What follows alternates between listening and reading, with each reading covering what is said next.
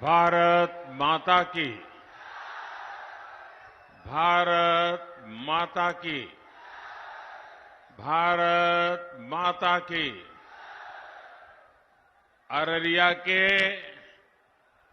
ई पावन धरती मां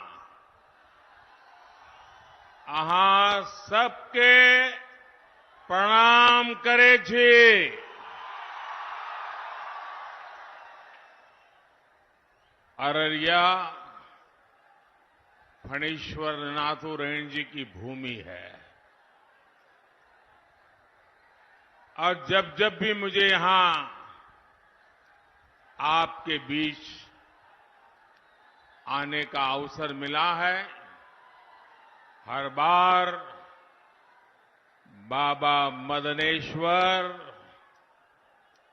और मां काली की कृपा और आप जनता जनार्दन आपका भरपूर आशीर्वाद मिला है। आज भी अररिया और सुपौल का ये स्नेह मेरे लिए बहुत बड़ी ऊर्जा है, बहुत बड़ी शक्ति है। मैं आपको विश्वास दिलाता हूं, आपके इस कर्ज को उतारने के लिए मैं और ज्यादा मेहनत करूंगा और तीसरे कार्यकाल में आपके हित में, देश के हित में और ज्यादा बड़े फैसले देश लेने वाला है। साथियों, मैं हिंदुस्तान के कोने कोने में इन दिनों जनता जनार्दन के आशीर्वाद मांगने के लिए जा रहा हूं और देश के कोने में जहां जहां गया, शहर हो, गांव हो, पुरुष हो, स्त्री हो, युवा हो, युवती हो, पूरे देश एक ही बात कह रहा है, फिर एक बार, फिर एक बार, फिर एक बार। भाइयों और बहनों, आज दूसरे चरण का मतदान भी चल रहा है। ये लोकतंत्र का महापर्व है। मेरे सभी मतदाताओं से, विशेषकर युवा वोटर से अपील है कि ज्यादा से ज्यादा संख्या में वोट डालने के लिए जाएं। मैं जानता हूं गर्मी का समय है, लेकिन विपरीत परिस्थितियों में भी हमें देश के हित में, लोकतंत्र की मजबूती के लिए वोट देने का अपना कर्तव्य निभाना ही चाहिए। हमें एक कदम भी पीछे नहीं रहना चाहिए। और मेरा तो आपसे भी आग्रह है, जब आपके यहां मतदान का दिवस हो, हर पोलिंग बूथ में यात्रा निकाल करके 20-20, 25-25 लोग गीत गाते गाते, थाली बजाते बजाते, उत्सव मनाते मनाते पोलिंग स्टेशन पर वोट देने के लिए जाना चाहिए। पोलिंग बूथ पर उत्सव का वातावरण होना चाहिए। ये लोकतंत्र है। प्रचार में कितनी ही तू मैं चलती रहे, लेकिन मतदान का दिन पूरे इलाके का उत्सव का दिन होना चाहिए। साथियों, 2024 का ये चुनाव भारत को आर्थिक और सामरिक रूप से शक्तिशाली बनाने के लिए चुनाव है और इसमें बिहार के आप सभी मेरे जागरूक भाई बहनों की बहुत बड़ी भूमिका है। गुलामी के लंबे कालखंड से पहले जब बिहार समृद्ध था, तब भारत एक महाशक्ति था। आज जब भारत दुनिया की तीसरी सबसे बड़ी आर्थिक महाशक्ति बनने के लिए चल पड़ा है, तो बिहार की भी इसमें बहुत बड़ी भूमिका है। बिहार के लोगों की प्रतिभा, यहां के लोगों की बौद्धिकता, यहां के लोगों की परिश्रम की पराकाष्ठा करके दिखाने का जो जज्बा है ना, ऐसा जज्बा कहीं और देखने को नहीं मिलता है।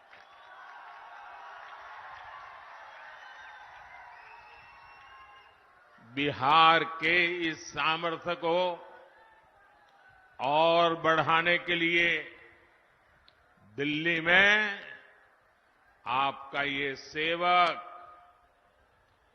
और यहां बिहार में हमारे नीतीश जी और उनकी पूरी टीम पूरी शक्ति से काम कर रहे हैं। साथियों, आरजेडी कांग्रेस के इंडी गठबंधन को ना देश के संविधान की परवाह है और ना ही लोकतंत्र की परवाह है। ये वो लोग हैं जिन्होंने दशकों तक बैलेट पेपर के बहाने लोगों का, गरीबों का अधिकार छीना। पोलिंग बूथ लूट लिए जाते थे, बैलेट पेपर लूट लिए जाते थे।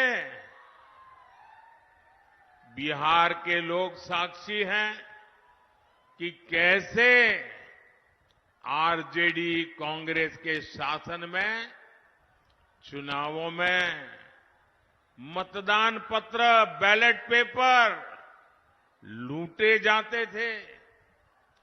इतना ही नहीं, गरीबों को तो वोट डालने के लिए घर से बाहर भी नहीं निकलने दिया जाता था।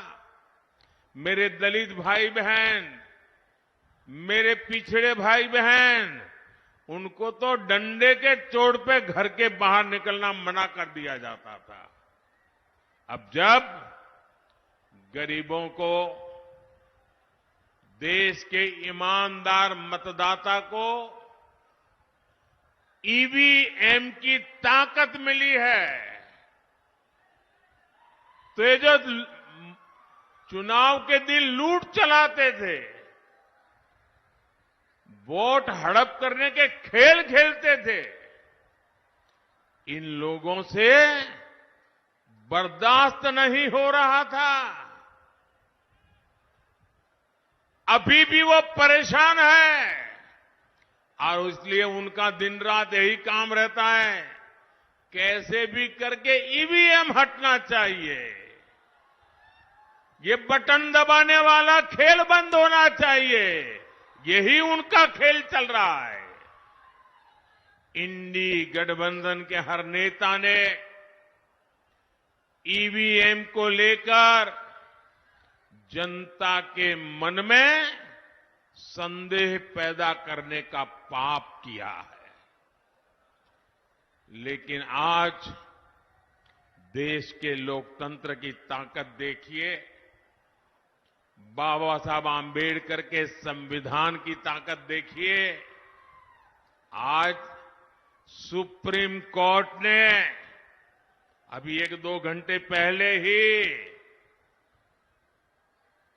मतपेटियों को लूटने का इरादा रखने वालों को ऐसा गहरा झटका दिया है, ऐसा गहरा झटका दिया है कि उनके सारे सपने चूर चूर हो गए हैं।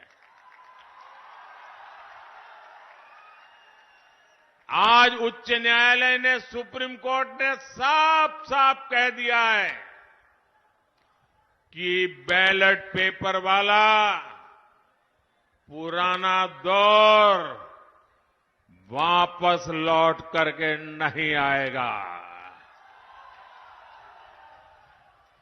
आज जब पूरी दुनिया भारत के लोकतंत्र की, भारत की चुनाव प्रक्रिया की, भारत के चुनावों में टेक्नोलॉजी के उपयोग की वाहवाही करती है, तारीफ करती है, तब ये लोग अपने निजी स्वार्थ के लिए बदनीयत से ईवीएम को बदनाम करने पर लगे पड़े थे। इन्होंने लोकतंत्र के साथ लगातार विश्वासघात करने की कोशिश की है, लेकिन आज इन्हीं लोगों को देश की सर्वोच्च अदालत ने, सुप्रीम कोर्ट ने ऐसा करारा तमाचा मारा है, ऐसा करारा तमाचा मारा है, ये अब मुंह ऊंची करके देख नहीं पाएंगे जी।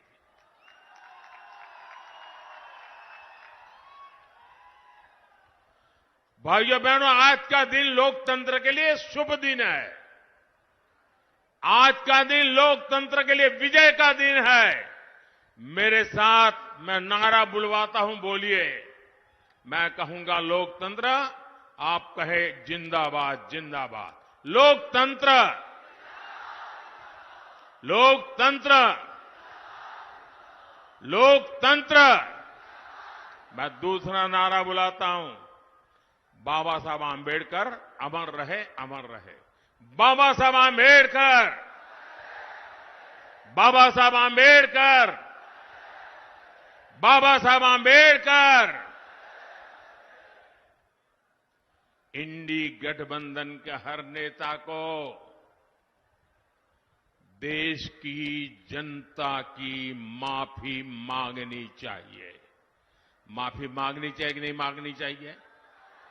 माफी मांगनी चाहिए कि नहीं मांगनी चाहिए? साथियों, आज देश में राजनीति की 2 मुख्य धाराएं बन गई हैं। एक धारा बीजेपी और एनडीए की है, जिसका मकसद है देश के लोगों को सशक्त करना, हर लाभार्थी के दरवाजे तक खुद जाकर उसे लाभ पहुंचे। इसके विपरीत एक ऐसी धारा है कांग्रेस और आरजेडी की, इंडी गठबंधन वालों का मकसद है देश के लोगों से छीनना, उन्हें तरसाकर रखना और खुद की तिजोरी भरना। जैसे कांग्रेस हो या आरजेडी, इन दोनों पार्टियों ने बिहार के लोगों को विकास के लिए तरसा कर रखा। इन दोनों पार्टियों ने मिलकर बिहार के करोड़ों लोगों को दाने दाने का मोहताज बना दिया था। किसी के पास खेत खलिहान है तो नौकरी के बदले उसकी जमीन छीन लो, किसी पास नौकरी है तो तनख्वाह छीन लो, किसी के पास गाड़ी है तो गाड़ी छीन लो, कोई थोड़ा भी सामर्थ्यवान है तो उसका अपहरण करवा लो। यही जंगल राज के दिनों का हाल था। यही आरजेडी और कांग्रेस के शासन का तरीका था। नीतीश जी ने और बीजेपी के लोगों ने और एनडीए के सब साथियों ने बड़ी मेहनत करके बिहार को उस जंगल राज से बाहर निकाला है। अब एनडीए की सरकार मिलकर प्रयास कर रही है कि हर लाभार्थी के दरवाजे पर पहुंचे उन्हें अपनी योजनाओं से जोड़े। पिछले 10 साल में बिहार के लोगों को 50,000 करोड़ रुपए, ये आंकड़ा याद रखोगे? मेरे बिहार के लोग तो बहुत जागरूक है। मैं जो आंकड़ा बोल रहा हूं याद रखोगे? जरा आप जवाब दे तो मैं बोलूं। जो मैं आंकड़ा बोल रहा हूं याद रखोगे? जो आंकड़ा मैं कह रहा हूं याद रखोगे? 50,000 करोड़ रुपए से ज्यादा डायरेक्ट बेनिफिट ट्रांसफर के तहत सीधा दिल्ली से आप सब लोगों के खाते में भेजे गए हैं। 50,000 करोड़ रुपया। अररिया और सुपौल के किसानों के बैंक खाते में पीएम किसान सम्मान निधि के 1,600 करोड़ रुपए जमा हुए हैं। कोई बिचौलिया नहीं, कोई रिश्वत नहीं, कोई कट नहीं, कोई चोरी नहीं, सीधा किसान के खाते में मोदी ने भेजा है। यहां अररिया और सुपौल दोनों जिलों में गरीबों को 3 लाख पक्के घर मिले हैं। 3 लाख पक्के घर। साथियों, बहनों बेटियों के जीवन को आसान बनाना ये एनडीए की प्राथमिकता है। बहनों को उनकी सुविधा के लिए नल से जल मिला है, शौचालय मिला है, मुफ्त बिजली कनेक्शन मिले हैं। एनडीए सरकार की मुफ्त राशन की योजना ने हमारी माताओं, बहनों, बेटियों की बहुत बड़ी चिंता समाप्त कर दी है। 5 लाख रुपए तक के मुफ्त इलाज वाली आयुष्मान योजना बहनों बेटियों के लिए नई संजीवनी बनाई है। भाइयों बहनों, हम लोग तो जानते हैं अपने परिवारों में, क्योंकि मैं भी तो आप ही की तरह बिल्कुल सामान्य परिवार से, गरीब परिवार में पैदा होकर के आया हूं, और इसलिए मैंने वो दुख दर्द क्या होता है ना, वो जी करके आया हूं। आपने भी वही देखा है। हमारे यहां परिवार में कोई मां बीमार हो जाए ना, गंभीर बीमारी हो, लेकिन वो घर में किसी को पता ही नहीं चलने देती। वो दुख सहन करती है, काम करती रहती है, लेकिन घर में किसी को पता नहीं चलने देती कि उसे इतनी बड़ी मुसीबत हो रही है। क्यों? कि मां के मन में विचार रहता है कि अगर बच्चों को, परिवार को पता चल जाएगा कि मुझे बीमारी है तो वो मुझे अस्पताल ले जाएंगे, बहुत खर्चा होगा, ये बच्चे कर्ज कर देंगे और मेरे मरने के बाद बच्चों को कर्ज में जीना पड़ेगा। मैं अपने बच्चों को कर्ज नहीं करने दूंगी, मैं बीमारी सहन कर लूंगी, अगर मौत जल्दी आएगा तो स्वीकार कर लूंगी, लेकिन मेरे बच्चों पर मैं कभी भी कर्ज नहीं होने दूंगी। और हमारे देश की माताएं बहनें कितना ही ज्यादा दर्द क्यों न हो, कितनी ही बड़ी बीमारी क्यों न हो, वो सहन करती रहती है।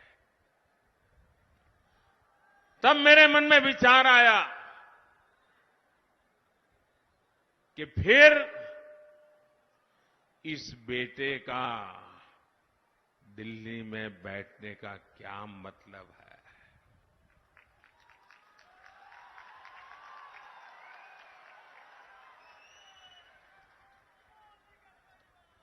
अगर गरीब का बेटा दिल्ली में बैठा है, आपका बेटा दिल्ली में बैठा है, तो हर मां मेरी मां है।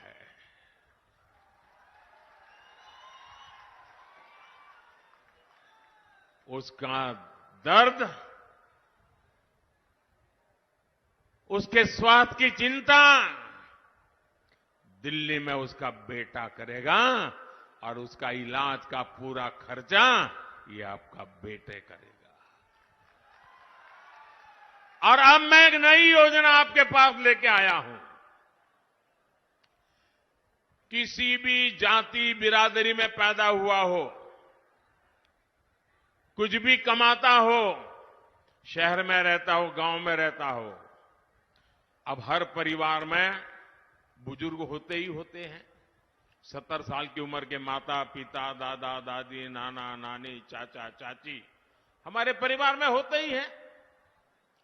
और वो कमा धमा तो सकते नहीं है, और जब कमा धमा सकते नहीं और बीमारी तो आ ही जाती है इस उम्र में, और बीमारी आती है तो जो बच्चे कमाते हैं उन पर खर्च आ जाता है।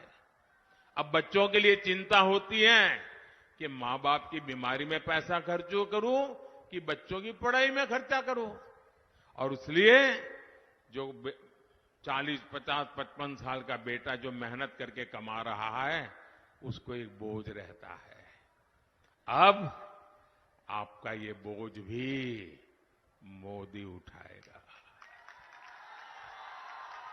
70 साल की ऊपर के आपके पर किसी भी परिवार में बुजुर्ग माता पिता है, अब उनका इलाज का खर्चा उनके संतानों को नहीं करना पड़ेगा, ये उनका बेटा करेगा। साथियों, कांग्रेस और आरजेडी आपका हक छीनने की प्रवृत्ति से बाज नहीं आ रहे। अब कांग्रेस ने दलितों, पिछड़ों, आदिवासियों के आरक्षण का हक छीनने की बहुत गहरी साजिश रची है। और ये मैं बहुत जिम्मेवारी पूर्वक कहता हूं। देश के संविधान ने, बाबा साहब आंबेडकर ने साफ साफ कहा है कि भारत में धर्म आधारित आरक्षण नहीं हो सकता। लेकिन कांग्रेस पूरे देश में धर्म आधारित आरक्षण के लिए जोर लगा रही है। कांग्रेस चाहती है कि उसका कर्नाटका का आरक्षण का जो मॉडल है वो पूरे देश में लागू हो। और ये कर्नाटका का आरक्षण का मॉडल क्या है, ये कर्नाटका का रिजर्वेशन का मॉडल क्या है, आप सब बिहार के मेरे भाइयों बहनों को मैं ध्यान से समझाना चाहता हूं। और जो लोग नहीं है ना, उनको भी मेरा ये वीडियो जरूर भेज देना, पूरे बिहार के घर घर में पहुंचा देना। मैं जरा बड़े दर्द और दुख के साथ, और आपकी चिंता है ना, इसलिए मैं बात कहना चाहता हूं। कर्नाटका का मॉडल क्या है? कर्नाटका में कांग्रेस ने ये जो ओबीसी समाज को आरक्षण मिलता है, जो 27% का कोटा है, उसमें से चोरी करने का बहुत बड़ा खेल खेला है। उसमें से काट करके धर्म के आधार पर मुसलमानों को देने का षड्यंत्र किया है। अब सुप्रीम कोर्ट मना करे, संविधान मना करे, तो उन्होंने एक नई चालाकी की है और सभी के आंख में धूल झोंक करके, ओबीसी समाज की आंख में धूल झोंक करके पर्दे के पीछे उन्होंने खेल खेला है। उन्होंने क्या किया? रातों रात कर्नाटका में जितने भी मुसलमान समाज के लोग थे, कितने ही अमीर क्यों न हो, कितने ही पढ़े लिखे क्यों न हो, भले कोर्ट में जज बन करके बैठे हो, कोई भी हो, रातों रात उन्होंने एक कागज पे थप्पा मार करके उनको ओबीसी बना दिया, सबको ओबीसी बना दिया। अब परिणाम क्या हुआ? जो ओबीसी समाज के लिए 27% आरक्षण था, उसका बहुत बड़ा हिस्सा इनके खाते में चला गया, और जिस ओबीसी समाज को आरक्षण मिला था, उनका हक सवालिया निशान में फंस गया। इन्होंने ओबीसी के हक पर डाका डाला है, और अब यही काम कांग्रेस यहां बिहार में, देश के और हिस्सों में करना चाहती है। और यहां तो आरजेडी पूरी तरह उनका समर्थन कर रही है। आप मुझे बताइए, आरजेडी ने कांग्रेस के इस पाप के विरुद्ध में एक शब्द भी बोला है क्या? एक शब्द भी बोला है क्या? यानी यहां बिहार के हमारे जो कुर्मी भाई बहन हैं, कुशवाहा भाई बहन है, मंडल है, यादव है, निषाद है, कई सारी हमारी जातियां ओबीसी समाज में आती है, और मैं खुद उसमें से आता हूं, इसलिए मुझे पता है कि हम लोगों की जिंदगी क्या है। ओबीसी जातियों का आरक्षण छीनकर कांग्रेस अपने चहेते वोट बैंक को देना चाहता है। मैं जरा मेरे बिहार के जागरूक नागरिकों से पूछना चाहता हूं, आप मुझे पूरी ताकत से जवाब देंगे? आप सब मुझे जवाब देंगे? जो पीछे खड़े हैं वो भी जवाब देंगे, जो इधर बैठे हैं वो भी जवाब देंगे, जो इतने दूर से मुझे देख नहीं पा रहे वो भी जवाब देंगे। क्या आप ओबीसी के आरक्षण को लूटने देंगे?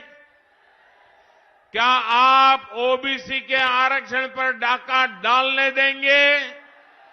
क्या आप अपना हक जाने देंगे? आज इनकी नजर ओबीसी के हक पर है, कल कांग्रेस आरजेडी इसी तरीके से एसटी एससी का हक भी छीनने का पाप करेगी। ये मैं आपको चेताना चाहता हूं।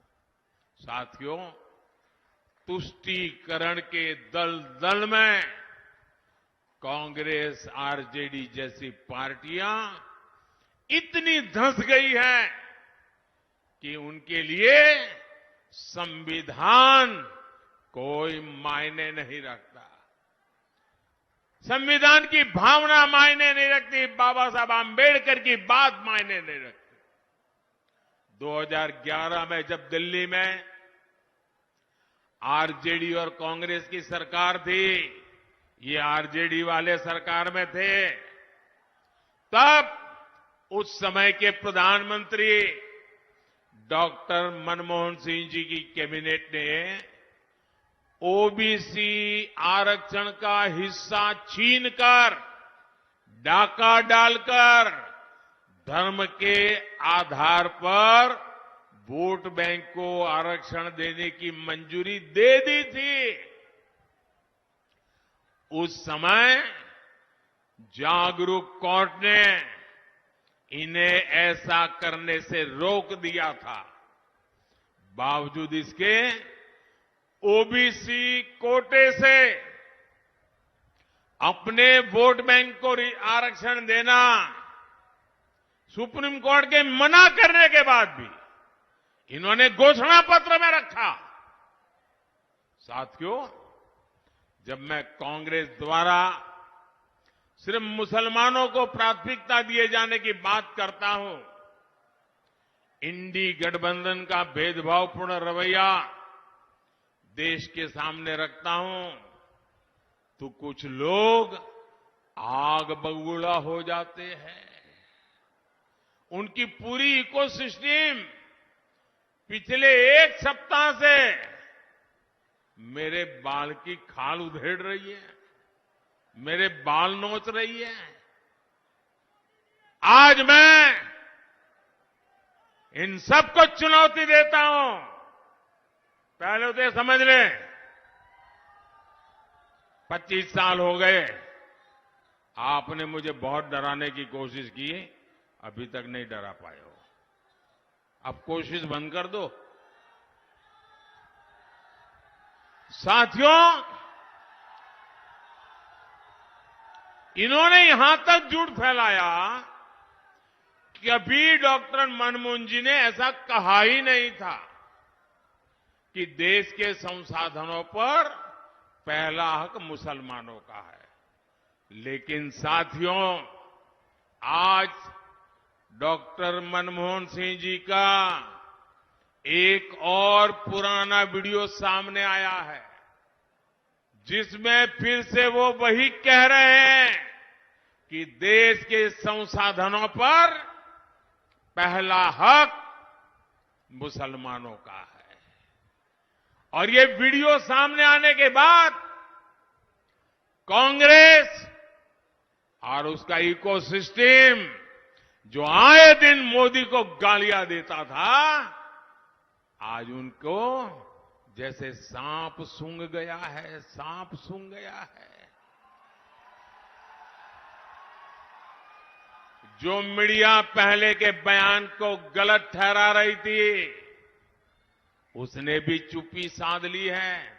और मैं दिल्ली में उन मीडिया के लोगों को रात देर जाकर के देखा था। मैं आज उनकी व्यक्तिगत रूप से आलोचना करना नहीं चाहता हूं और नहीं ऐसे लोगों के लिए कुछ कहना चाहता हूं, लेकिन मैं देख रहा था, बिना सबूत, बिना जानकारी, बिना फैक्ट चेक किए एकदम से मोदी पर हमला बोलने के लिए नए नए शब्दों का श्रृंगार कर रहे थे। आज वीडियो सामने आ गया है। मेरा तो मीडिया से आग्रह है कि वो इस वीडियो, मनमोहन सिंह जी के वीडियो को देश को दिखाने की हिम्मत करें, जरा देश की जनता को जागरूक करें। नहीं करेंगे, ये इनका इकोसिस्टम है, देखना आप शाम तक गोलमोल करके डिब्बे में बंद कर देंगे।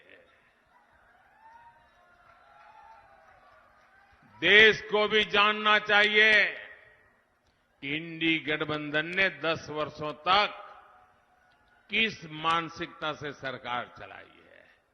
भाइयों बहनों, मैं खुल करके कह रहा हूं, पहले दिन से कह रहा हूं, इस देश के जो संसाधन है, इस देश की जो भी संपत्ति है, इस देश की जो भी संभावनाएं हैं, अगर उस पर पहला किसी का हक है तो मेरे देश के गरीबों का है, मेरे देश के मजदूरों का है, मेरे देश के खेत में मजदूरी करने वाले किसानों का है।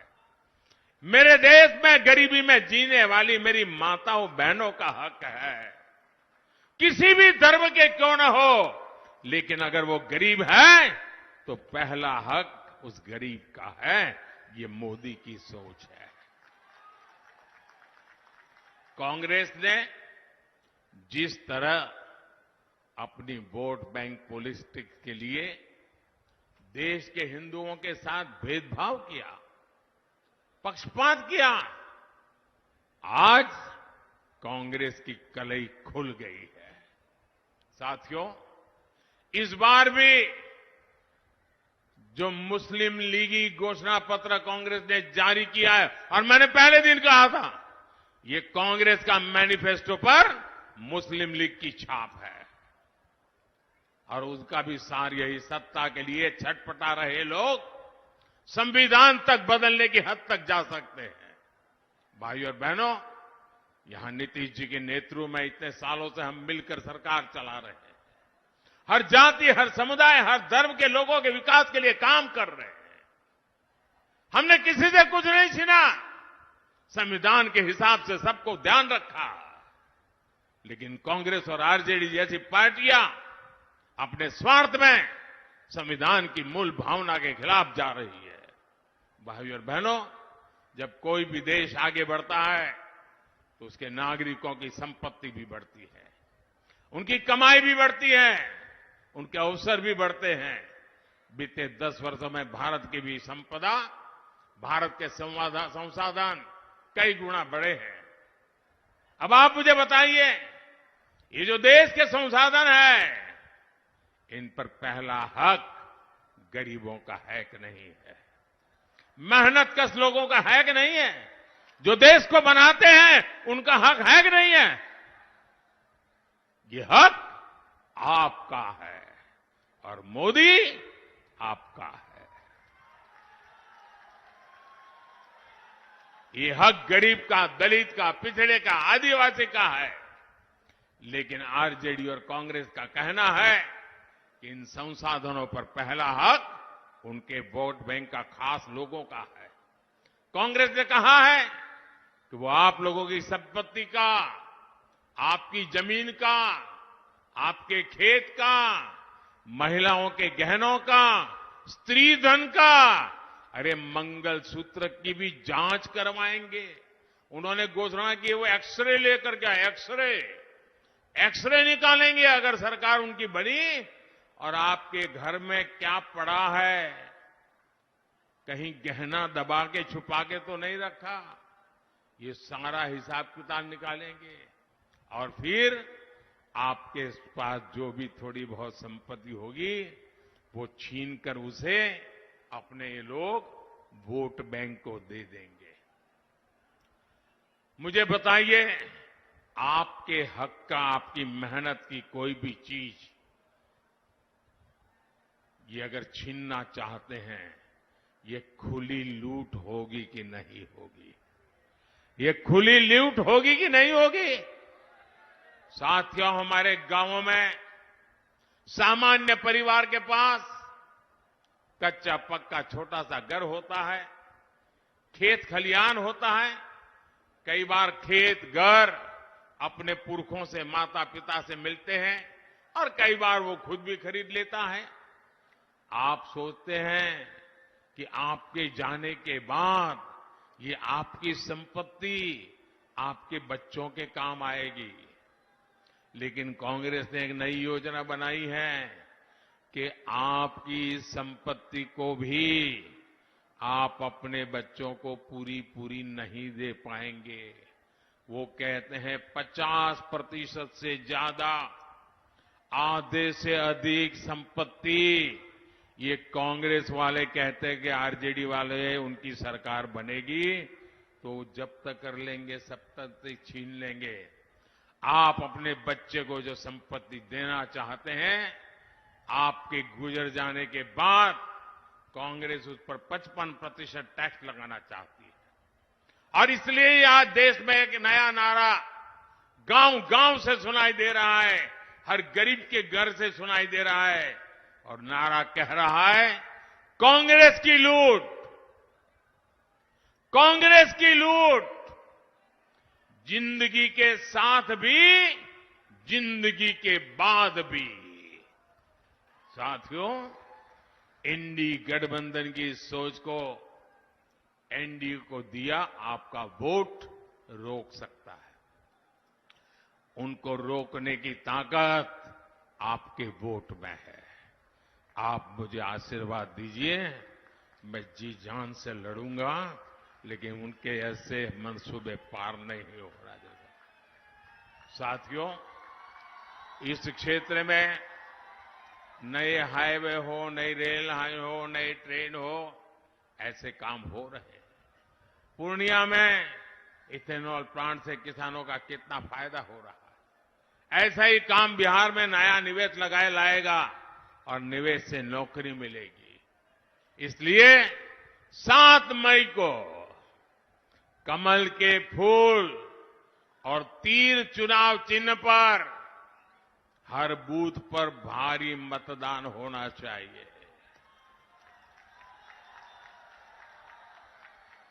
अररिया से मेरे साथी भाई प्रदीप कुमार सिंह और सुपौल से हमारे जेडीयू के साथी दिलेश्वर कामेत जी को आप जो वोट देंगे ना, वो वोट सीधा सीधा मोदी को मिलने वाला है।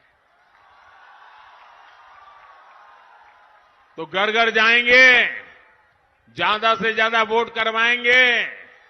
मेरा एक और काम करिएगा, घर घर जाइएगा और कहिएगा कि मोदी जी आए थे, मोदी जी ने आपको प्रणाम कहा है, मेरा प्रणाम हर घर को पहुंचा देना।